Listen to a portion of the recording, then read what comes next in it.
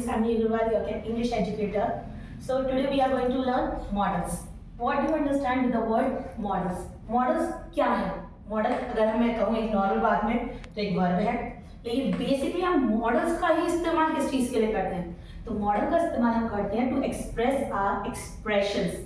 अगर मैं normally modal verb को किसी भी वे में ले लेती हूँ तो सिर्फ मेरे एक्सप्रेशन के थ्रू ही आप मेरी मानसिकता जान सकते हैं, मुझे जान सकते हैं कि मैं आपसे क्या कहना चाहती हूँ. मेरे टोटल एक्सप्रेशन थ्रू मॉडल्स आप तक पहुंच जाएंगे.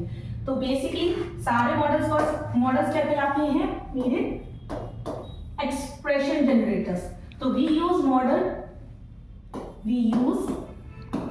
Model to express our expressions. Basically model क्या है? जैसे मैंने बताया वर्ब है. वर्ब कितनी तरीके की होती है? एक होती है ऑक्सिलरी वर्ब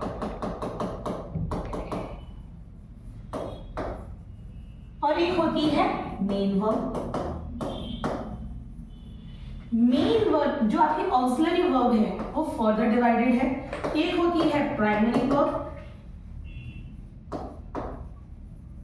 और दूसरी जो आज हम पढ़ने वाले हैं मेन वो क्या होती है? मॉडल्स.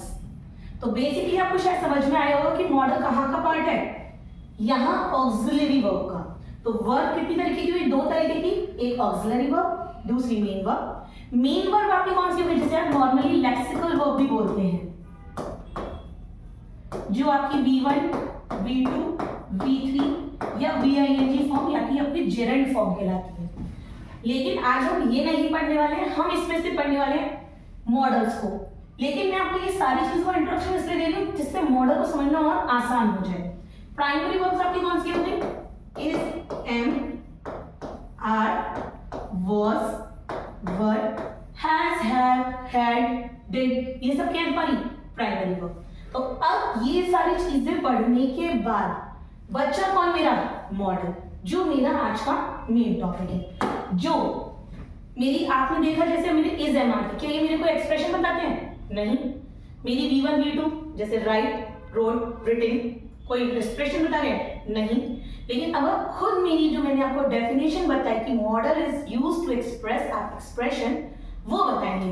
तो बेसिकली मॉडल्स हुए कौन कौन से? मॉडल्स होती हैं मेरे शेल, शुड,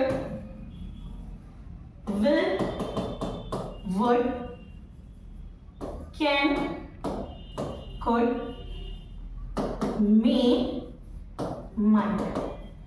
ये तो हुए मेरे मेन मॉडल. इसके अलावा भी कुछ मार्जिनल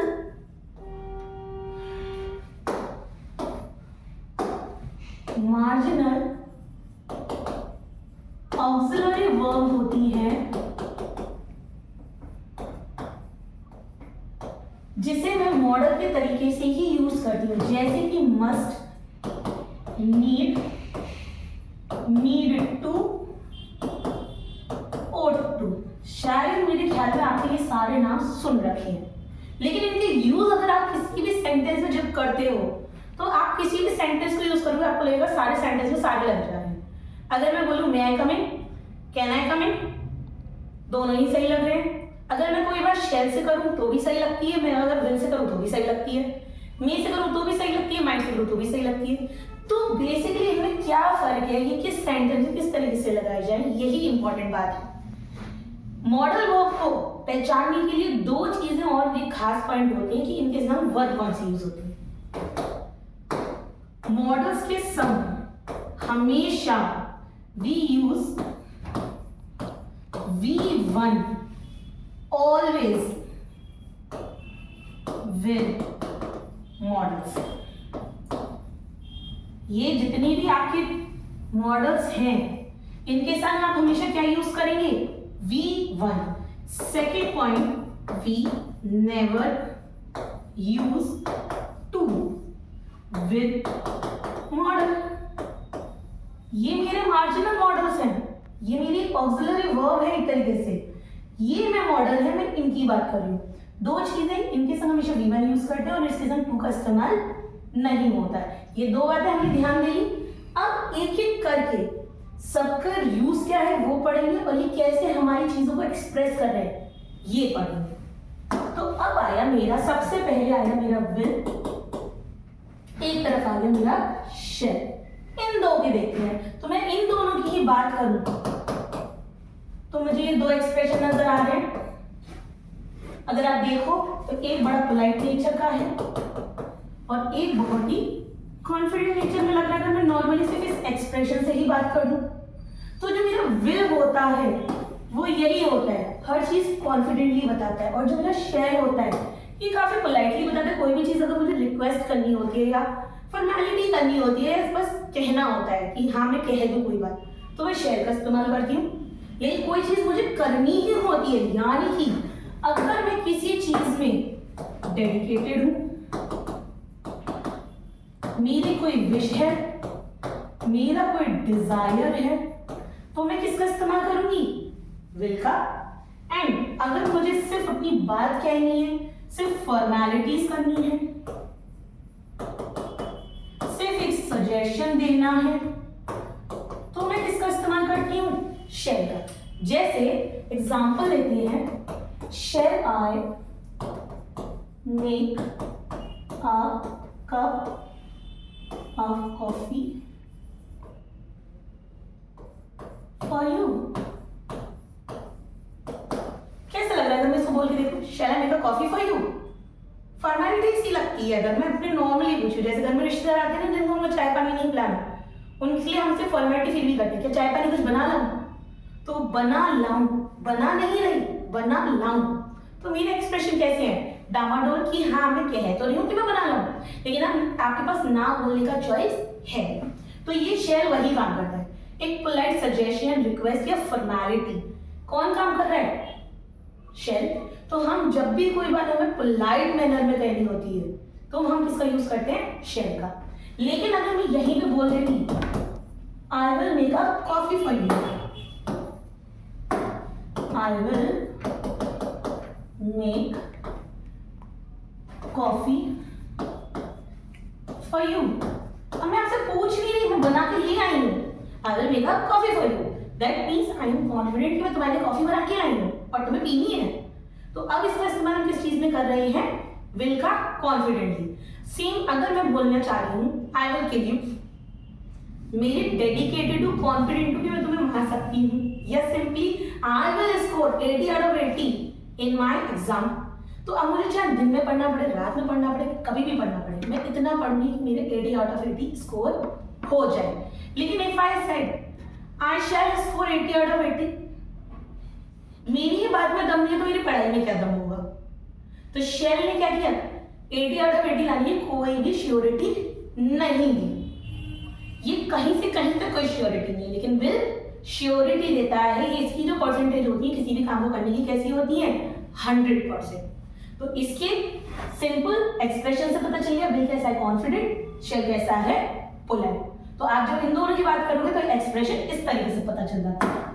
सेम कैन और मे, अगर मैं इन दोनों की बात करूं, कैन क्या शो करता है? अबिलिटी, कैपेसिटी, आपके परमिशन के लिए भी इस्तेमाल होता है। लेकिन मे रिक्वेस्ट, परमिशन के लिए यूज होता है एंड पॉसिबिलिटीज के लिए यूज होता है। बेसिकली किस चीज के लिए यूज होता है? पॉसिबिलिटी के लिए। जो भी मे में हम बात करते हैं, जैसे मे आई कम इन, हम पूछते हैं, रिक्वेस्ट करते हैं क्या मैं अंदर आ जाऊं? अब कैन आई कम इन, क्या मैं अंदर आ सकता हूं? बोलने में ही मेरे एक्सप्रेशन चेंज हो जाते हैं, क्या मैं आ जाऊं? तो जब भी आप कैन से बात करते हो तो आप वो काम कर देते हैं, हाँ भाई आ जाओ। लेकिन मे में चॉइस होती है। सेम अगर मेरी एबिलिटी की बात करी जाए, अगर काफी लोगों को कोई काम दे दी जाए और उसमें से पूछा जाए ये काम कौन करके दे सकता है, तो उसमें क्या होता है? एक हाथ उठता है। जो वो एक हाथ उठाए वही क्या होता है? आई कैन, मैं कर सकता हूं। तो जब वो कैन वाला हाथ उठाता है ना वो काम हो जाएगा। लेकिन जब मे वाला हाथ उठाता है, मैम मे आई, चॉइस, कर भी सकता हूं नहीं भी। तो मे का हिंदी भी क्या होती है? शायद। शायद आज बारिश हो जाए, it may rain today, it may rain today. सकती है और नहीं भी, शायद की बात है।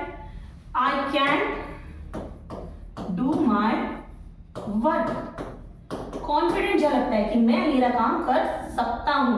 कैपेसिटी कैसे बोला जाता है? I can drink 4 litre water a day, मेरी कैपेसिटी क्या है, मैं 4 लीटर तक वाटर पी सकता हूँ।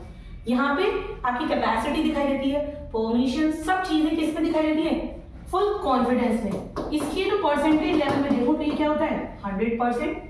अगर मैं मे की बात करूं तो पॉसिबिलिटी में तो होता है 100%, अदरवाइज इसके कंपैरिजन में देखूं तो इसकी परसेंटेज क्या आ जाती है? शायद में, डगमग। डायरेक्टली मुझे मेरे क्या पता चले? एक्सप्रेशंस। अब आपके क्या है? मे हो गया, कैन हो गया, विल हो गया, शैल हो गया। अब इनकी है past form, should, would, could, might. तो हम जो शुड का इस्तेमाल करते हैं वो क्या होता है मेरा? शुड होता है मतलब चाहिए। शुड का मतलब क्या होता है? चाहिए। तो जब भी मेरी बात होगी शुड से, तो मेरी एक मोरल ड्यूटी मेरी ये क्या शो कर देता है? मेरी मोरल ड्यूटी। जैसे we should obey our parents. क्या मतलब है इस बात का? कि हमारी मोरल ड्यूटी है कि हमें हमारे पेरेंट्स का आदर सत्कार करना चाहिए। लेकिन क्या ये बात किसी और से कही जा सकती है? एंड एक इंटरेस्टिंग फैक्ट, जो भी चीज हमें बोली जाती है शुड में, वो आज नहीं तो कल हमें करनी ही होती है। जैसे we should brush our teeth twice a day. Mummy बचपन में सिखाती, हम करते नहीं थे, लेकिन जब बड़े हो जाते हैं, दांत खराब हो जाते हैं, तो डॉक्टर कहता है दांत साफ करो, you should brush your teeth twice a day. तो चाहिए वाली चीज घूमकर आ गई। तो जितनी भी चीजें हमें चाहिए बताई जाती हैं वो हमें आज नहीं तो कल करनी होती है। ये हमारी होती है मोरल ड्यूटी। एक तरह से एडवाइस के रूप में यूज किया जाता है हमारा शुड। एक ट्रिक जो हमेशा क्वेश्चन आता है, अगर तुम्हें किसी भी क्वेश्चन में लेस्ट वर्ड मिल जाए किसी भी सेंटेंस में, डायरेक्टली उसमें कौन सा मॉडल वर्ब यूज होगा? शुड। ऑलवेज। मतलब आपको सेंटेंस पढ़ने की भी जरूरत नहीं है। आपका डायरेक्टली लेस्ट अगर दिख गया तो उसमें क्या आएगा? शुड। क्या आएगा? शुड। सेम इसी के जैसा होता है ought to। क्या होता है? ought to। ये भी आपकी ड्यूटी ही बताता है, कुछ रिस्पॉन्सिबिलिटी बताता है।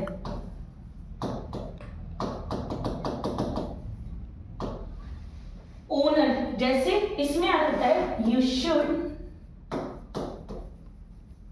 Honour your parents. यहां तुम्हें अपने माँ बाप का सम्मान करना चाहिए। जैसे होते हैं ना कुछ हमारे घर में रिलेटिव्स आते हैं जिनसे हमारी बहुत अच्छी बनती है, उनसे कुछ से नहीं बनती है। दो मौसी एक से बहुत अच्छी बनी, एक से नहीं बनी। तो जिनसे बनती है, जब वो मौसी आती है, नमस्ते दोनों को करेंगे, लेकिन एक के पास बैठेंगे, उनको अपनी सारी बातें बताएंगे। एक को सिर्फ नमस्ते करेंगे, चाय पानी पूछेंगे, उनके पास बैठेंगे भी नहीं। तो जो दूसरी वाली जिनके पास हम नहीं बैठेंगे, तो वो क्या है? ought to वाली कैटेगरी में। वो किसमें है? ought to वाली कैटेगरी में। कि आप you should ought to your parents और योर रिलेटिव, कि आपको सम्मान देना चाहिए, आपके माँ बाप ने सिखाया है। लेकिन कितना सम्मान देना ये तो नहीं होता है ना। लेकिन अगर बात की मेरी शुड की, तो यू शुड ओबे योर पेरेंट्स। आपको करना ही है, चाहे आपकी बात अच्छी लगे और चाहे ना लगे, काम होना है यहाँ पर। तो ये बात आपको शायद समझ में आ गई होगी। सेम वुड आप इस्तेमाल करते हैं for desires. I would be a king, काश मैं एक राजा बन जाऊं। नेक्स्ट, कुड आप इस्तेमाल करते हैं अपनी फ्यूचर पॉसिबिलिटी के लिए। I could be a king, मैं एक राजा बन सकता हूं। तो ये आप इसके लिए यूज करते हैं फ्यूचर पॉसिबिलिटी के लिए। अगर आपको कोई भी सेंटेंस डिजायर्स दे रहा है, वुड लगाइएगा, विल नहीं। अगर कोई सेंटेंस आपको कॉन्फिडेंस दे रहा है तो विल लगाना, डिजायर दे रहा है तो वुड लगाना। सेंटेंस अगर पॉसिबिलिटी दे रहा है फ्यूचर की तो कुड लगाना, और कोई काम प्रेजेंट की पॉसिबिलिटी या परमिशन दे रहा है तो कैन लगेगा। माइट प्रेजेंट की पॉसिबिलिटी देता है। क्या देता है? प्रेजेंट की पॉसिबिलिटी। मे बताता है कोई काम हो सकता है, इट मे रेन टुडे। लेकिन might, it might be right, present की पॉसिबिलिटी, कि जो तुम बोल रहे हो वो सही हो सकता है। तो प्रेजेंट, माइट ने दिया प्रेजेंट की पॉसिबिलिटी, कुड ने दिया फ्यूचर की पॉसिबिलिटी। तो आई होप इन चार में भी आपको फर्क समझ में आ गया होगा। Next, must, need. नीड का मतलब होता है जरूरत। आई नीड योर पेन, ये क्या है? एक जरूरत। एक अगर बीइंग एन ह्यूमैनिटी आप वो पेन दे देंगे अगर आपको लगता है कि आपके पास 2 पेन है और किसी को जरूरत है तो आप दे देते हैं। लेकिन अगर मैं बोल दूं you must give your pen, अब कैसा लग रहा है कि पेन देना ही पड़ेगा। तो यहां थी ऑब्लिगेशन, यहां क्या है? नेसेसिटी, जरूरत, रिक्वायरमेंट। तो ये सारे आपके क्या होते हैं? बेसिकली एक्सप्रेशंस होते हैं। रिक्वायरमेंट, नेसेसिटी, आपकी ऑब्लिगेशन, कंपल्शन, ये सब क्या है? एक्सप्रेशन। कि कोई चीज बोली जाती है you must give your pen, obligation है कि आपको देना ही पड़ेगा।